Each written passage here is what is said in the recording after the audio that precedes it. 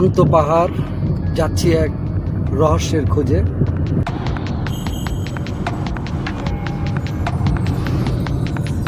মেঘালয়ের এই পাহাড়ের পিছনে একটি গল্প আছে, যে গল্প বলতেই যাচ্ছি আমরা সামনে, এবং সেই রহস্যময় গল্পের উন্মোচন করব আমরা অল্প কিছুক্ষণ পরে। তার আগে বলে নেই, এই পাহাড়ের সৌন্দর্যের আড়ালে অনেক দুঃখ গাথা এবং অনেক রহস্যময় কিছু ঘটনা রয়েছে। আমরা দাঁড়িয়ে আছি কানাইঘাট থানার, সিলেটের কানাইঘাট থানার বড়বন্ধ বাজার। এই বড়বন্ধ বাজারের এই একটি পথ গিয়েছে, যেটা আমরা দেখলাম যে কাঁঠালতলী সরকারি প্রাথমিক বিদ্যালয়ের গা ঘেঁষে।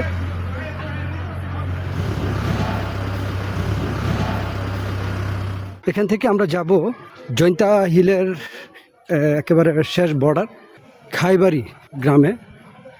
যাওয়ার পথটি যথেষ্ট প্রশস্ত মেঠোপথ। যখনই আমরা কোনো যানবাহন নিতে গেলাম, বললো যে এদিক দিয়ে কোনো যানবাহন যায় না, এবং সমস্যা কি বললে তারা তেমন কিছু খোলাসা করে বলেনি। তবে আমরা মেঠোপথ দিয়ে হেঁটেই রওনা করেছি। 3 কিলোমিটারের মতো পথ হাঁটতে হবে।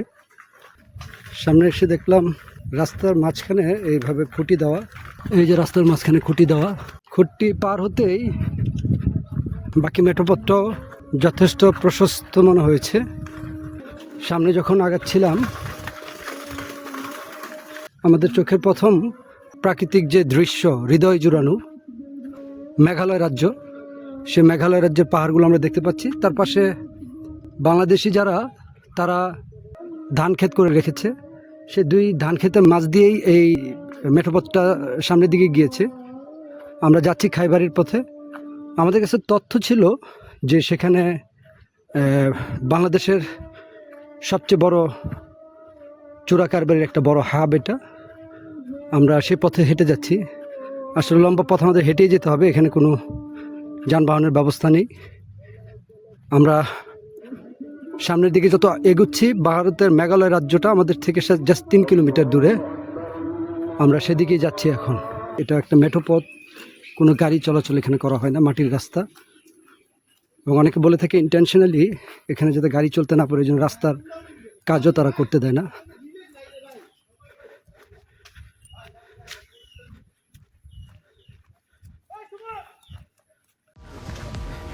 এই সেই পথ, যে পথ দিয়ে ভারত থেকে পাচারকৃত বিভিন্ন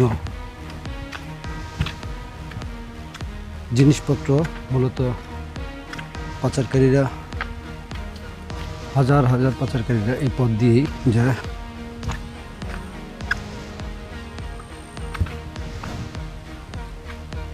আমরা পথটা একটু দেখানোর চেষ্টা করতেছি।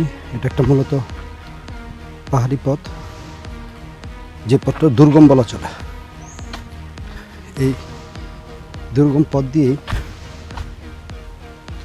প্রতিদিন হাজার হাজার পাচারকারী এই পথ দিয়ে যায়। আমরা নিরাপত্তার স্বার্থে এটা যখন তাদের যে টাইমটা অফ টাইম, সে অফ টাইমে আমরা এটা সরেজমিন প্রতিবেদনে আসি। কারণ হচ্ছে এখানে তারা একটা ভয়ঙ্কর সিন্ডিকেট। কোনো নিউজ হচ্ছে এটা জানলে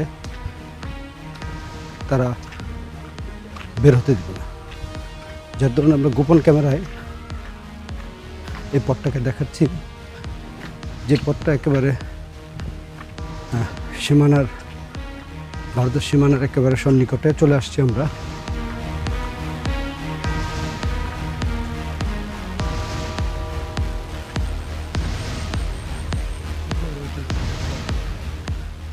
এই দিকটা হচ্ছে,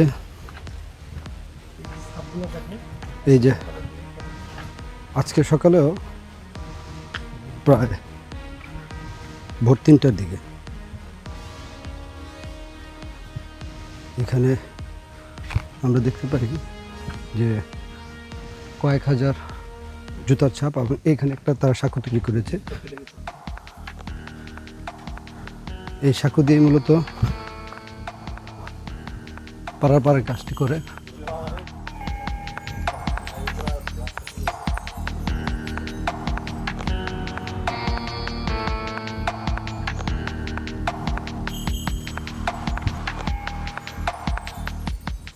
কিছু জুতা দেখাচ্ছি রাস্তায়, এই জুতাগুলো পাহাড়ি পথে মূলত ব্যবহার করে।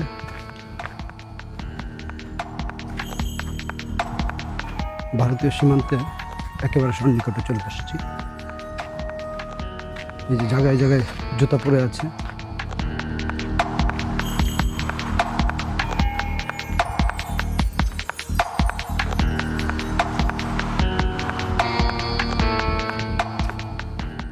এই হচ্ছে বর্ডার, সীমানা আমরা দেখাচ্ছি।